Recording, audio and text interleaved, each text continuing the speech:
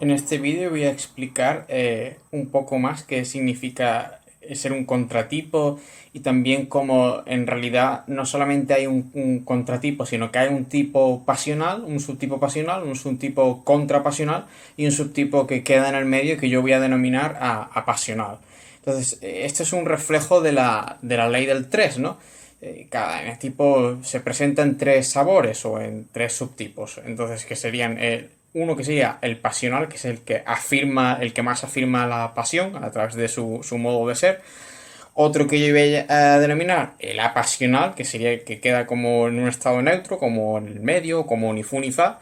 Y el contrapasional, que representaría la negación de la pasión. Entonces esto, desde el punto de vista de la ley del 3, ¿no? Entonces sería como si el pasional, que es la afirmación, correspondiera al vértice 3.3, el triángulo central, el apasional al vértice 9, como las características neutras del 9, y el contrapasional a la negación, que correspondería a las características del punto 6. Entonces, una cosa que yo he observado, y lo he observado muchas veces, yo hasta el punto de que yo creo que es una ley que siempre se cumple, es que los contrapasionales, que ahora voy a explicar más detalle, son como pseudo virtuosos, pero no son realmente virtuosos. Entonces, no hay que confundir que porque un subtipo de un determinado enetipo sea contrapasional, es decir, porque a través de su manera de ser demuestre la negación de la pasión, que la negación de la pasión equivalga a la virtud. Por ejemplo, en un 8 que la negación de la lujuria, el contralujurioso, equivalga a la inocencia. O digamos en un enetipo 2 que sea contratipo, el conservacional, el hecho de que por ser contrapasional ya no necesariamente equivale a eso, a ser más humilde. Sin embargo, a primera vista, eso es lo que parece. Y para una persona no entendida del enagrama, puede parecer que en estado típico, a menos que evidentemente estén en estado más sano, por el hecho de que sean contrapasionales, muchos subtipos contrapasionales parecen como si fueran el estado virtuoso de ser un tipo, y no es cierto, porque si se mira de manera un poco más profunda, se observa cómo realmente sigue operando de fondo la pasión. Y otra cosa que yo he observado es que se observa más en los contrapasionales la flecha de integración. Cada eneatipo tiene dos flechas de conexión. Pero yo tengo la teoría de que una es más dominante en determinados subtipos que la otra. Y una cosa que yo creo cierta es que los contrapasionales siempre o 99% de las veces se va a encontrar como que tienen más conexión con la flecha de integración. Por ejemplo, para el tipo 2 conservación se vería más fuerte la flecha con el 4.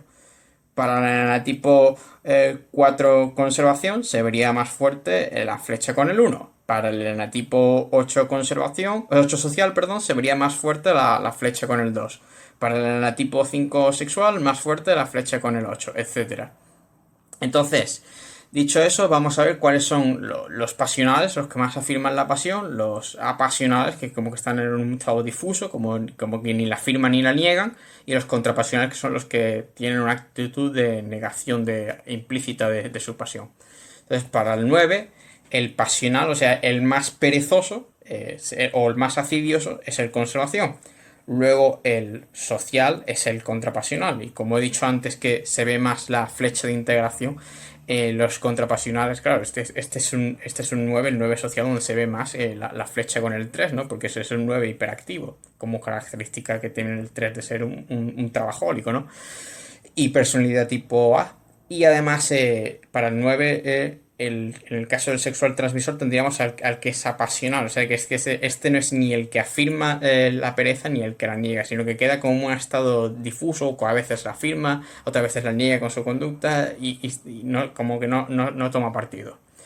Luego, para el uno tendríamos al uno conservación, que es el pasional, y al uno social, el apasional, y el uno sexual transmisor, que es el contrapasional. Entonces, esta es la clasificación que aparece en la mayoría de los libros. Y se basa en el hecho de considerar que, como los unos consideran que no es perfecto demostrar la ira, pues entonces el uno sexual va a ser el contrapasional, porque es el que puede ser como un volcán, ¿no? Que deja ir la ira, deja volar la ira. Y este, por tanto, sería el que se guarda más la ira, por tanto sería el pasional. Sin embargo, la opinión de Claudio Naranjo no es esa. Claudio Naranjo adopta el punto de vista contrario. Entonces, desde su punto de vista, él invierte estos dos. Y Claudio Naranjo considera que el contrapasional realmente es el uno, conservación. Y que el pasional es el uno, sexual. Y él se basa en que si decimos que el pecado del uno es la ira sin más, entonces, ¿cuál es el que menos muestra la ira? Igual que sería con cualquier otro. Por ejemplo, con el 9, ¿cuál es el 9 que menos muestra la pereza? Que es el social. Pues siguiendo esa lógica, ¿cuál es el uno que menos muestra la ira? Ciertamente es el conservacional. Entonces, Claudio Naranjo dice, no, este sería el contrapasional y este sería el pasional, porque es el que más demuestra la ira. Sin embargo, aunque es que depende si se adopta como un punto de vista o el otro. Es como ver una figura como cóncava o convexa en función de si se mira así o se mira así. Mi opinión es que da igual siempre y cuando uno adopte una definición consistente. Sin embargo, yo prefiero esta clasificación, la que usa la mayoría de los libros, porque si se hace de esa manera, entonces quedan que como conservación hay tres que son contrapasionales, como social hay tres que son contrapasionales y como sexual transmisor también hay tres que son contrapasionales. Y esto no saldría de la otra manera. Para el enatipo 2 tenemos, como hemos dicho, el 2 conservacional sería el contrapasional. Y este es en el que se ve más la flecha con el 4. El 2 social, la pasional. Y el 2 de pura ceba, por así decir, el más pasional es el 2 sexual. Luego para el 3 tendríamos que el 3 conservacional es el contrapasional. El 3 social es el más 3, el 3 pasional. Y el sexual transmisor como que queda como que ni afirma ni niega la vanidad y por tanto será pasional. Para el enatipo 4 tenemos que el contrapasional, el contratipo es el 4 conservación, entonces de acuerdo con la teoría que he dicho, de que los contrapasionales tienen más potenciada la flecha de integración, este se dice siempre que es un pseudo 1, ¿no? El 4 conservación, ¿no? Entonces está de acuerdo con la teoría que estamos diciendo. Y el pasional, que también es el que muestra, lo que estoy diciendo también aplica a las fijaciones, ¿no? Es el 4 que más muestra la pasión, pero también el que más muestra la fijación, que en el caso del 4 es la melancolía, más triste, ¿no? Es el 4 social. Y luego la pasional es el que ni afirma ni niega la envidia, sino que está en un punto medio, sería el 4 sexual. Luego para el 5 siempre se dice que el 5 conservación es el super 5, es el más 5 de los 5 y como que es el más tacaño con su tiempo, con su energía, con su espacio, con sus recursos y el más lacónico, el menos expresivo, ¿no? Entonces, en resumen, es el más aislado, que es la fijación del 5 es el aislamiento y el más avaricioso, ¿no? Entonces, este es el pasional. Luego tendríamos al 5 social, que sería el apasionado, o sea, ni afirma ni niega la pasión de la avaricia o la fijación del aislamiento. Y el 5 sexual finalmente es el contrapasional. Y aquí lo que vemos es más flecha con el tipo 8, ¿no? Que es la integración del 5. ¿Y eso dónde se ve? Bueno, porque de los subtipos del enatipo 5, el que más muestra seguridad en sí mismo, cuando lo conozcáis lo vais a notar, es el 5 sexual. Y otra cosa es que el 5 sexual es el más extrovertido, ¿no? Entonces ahí también se ve la flecha de integración que tiene el 5 con el 8, es como salir a la palestra, ¿no? Como mostrarse más al mundo. Entonces el que más lo hace es el 5 sexual. Y también yo creo que a nivel filosófico, por ejemplo, cuando se leen filósofos del enatipo 5, por ejemplo, que tendríamos aquí a Spinoza, que era un 5 conservación, aquí tendríamos a Hegel, que era un 5 social, luego como 5 sexual tendríamos a Nietzsche. Entonces, ¿cuál de estas filosofías es donde se nota más la conexión con el 8? En Nietzsche. Nietzsche directamente tiene el concepto de voluntad de poder. Entonces ya digo que en el 5 sexual se va a ver más la conexión con el 8 del mismo modo que en el 4 conservación se va a ver más la conexión con el 1. Luego para el 6 tendríamos el pasional, o sea, el que más muestra la fijación del 6, que es la duda. Y también tendríamos el más fóbico, ¿no? Eso no quiere decir que un 6 conservación no pueda ser valiente, ¿no? Gandhi era un 6 conservación y yo creo que era una persona muy valiente, a su modo, tenía mucho coraje, ¿no? pero ese es el que más muestra el pecado y la fijación del enatipo 6. Luego tendríamos el 6 social, que es la pasional, y luego tendríamos al contrapasional, el 6 sexual, que es el que va contra la pasión del miedo. Y también yo veo aquí también la flecha con el 9 en el sentido de que la flecha con el 9 es lo que ayuda a un 6 a superar sus fobias, ¿no? Entonces, a primera vista, porque ya digo que no es que los contrapasionales estén más integrados, es que a primera vista es la impresión que dan, pero cuando se mira más profundamente no es así, pero la conexión con el 9 está en el hecho de que a primera vista, ¿cuál se diría de estos tres que es el que más ha superado una fobia? Se diría de este, ¿no? Luego para el 7 tendríamos que el más goloso sin duda es el 7 conservación. Eso quien haya conocido los tres subtipos del 7 lo puede verificar. Luego el contrapasional es el enatipo 7 social, que va un poco como de santo por la vida, ¿no? De muy buen samaritano, muy buena persona, muy buen amigo, etcétera. Quiere que el grupo sea feliz, ¿no? Entonces aquí vemos más la conexión con la flecha de integración, que para el caso del enatipo 7 es el 5, porque de estos tres 7, el 7 social es el que está más dispuesto a poner unos límites o una restricción a su gula. Y eso es la conexión con el 5. Porque la conexión con el 5 le ayuda al 7 a poner moderación, o restricción, o límites. Y este es el que está más dispuesto, el contragoloso, por así decir, a aceptar esos límites. Entonces te acuerdo otra vez con la teoría que estoy presentando. Y que las flechas de integración están más fuertes en los contratipos. Aunque eso no quiere decir que sean versiones integradas ni que sean versiones virtuosas. En algunos casos sí, pero a nivel del ego no necesariamente. Pero esa es la primera superficie que uno ve. Luego para el 7 sexual tendríamos que este sería la pasional, ¿no? Y para el 8 de pura cepa, por así decir, el 8 en estado puro realmente sería el 8 conservación, ¿no? Que ese es el más egocéntrico, maquiavélico del enanatipo 8. Y es donde más se muestra la pasión de la lujuria. Aquí la fijación sería, de acuerdo con algunos autores, la venganza. Otros autores dicen que es la rebeldía, pero son conceptos relacionados. Luego, en en el 8 contrapasional, tendríamos al contralujurioso, que este es donde se ve más la conexión con el 2, ¿no? Por ejemplo, Martin Luther King, que era un 8 social, porque es el que está más dispuesto a poner su fuerza al servicio de los demás, ¿no? Entonces esto es una conexión más con el enatipo 2, ¿no? Mostrarse más solidario, más ayudador, ¿no? Y la pasional sería el 8 sexual.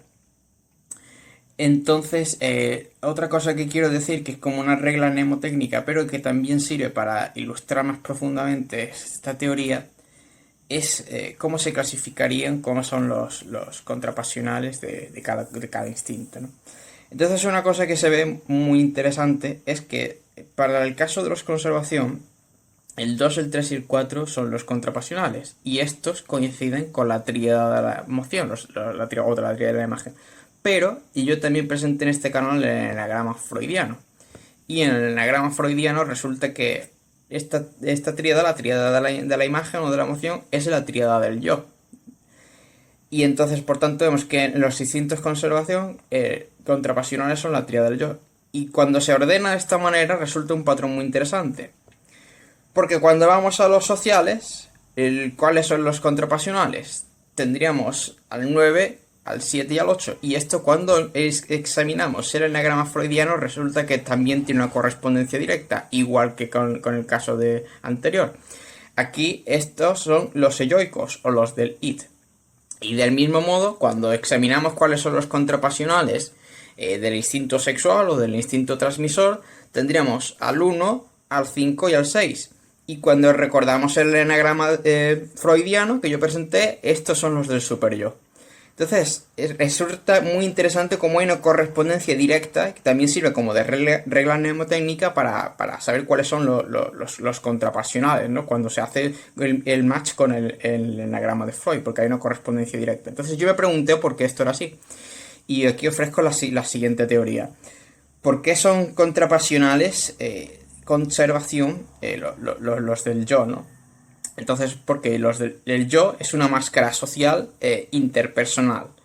Entonces, y también sirve para la autopromoción. Entonces, esto está en cierto sentido en conflicto con el instinto de conservación, porque el instinto de conservación es el instinto más intrapersonal, ¿no? El social sería transpersonal y el sexual también lo llaman one-to-one, ¿no? Sería interpersonal, aunque abarca más cosas que el one-to-one, pero sería una de las partes, ¿no?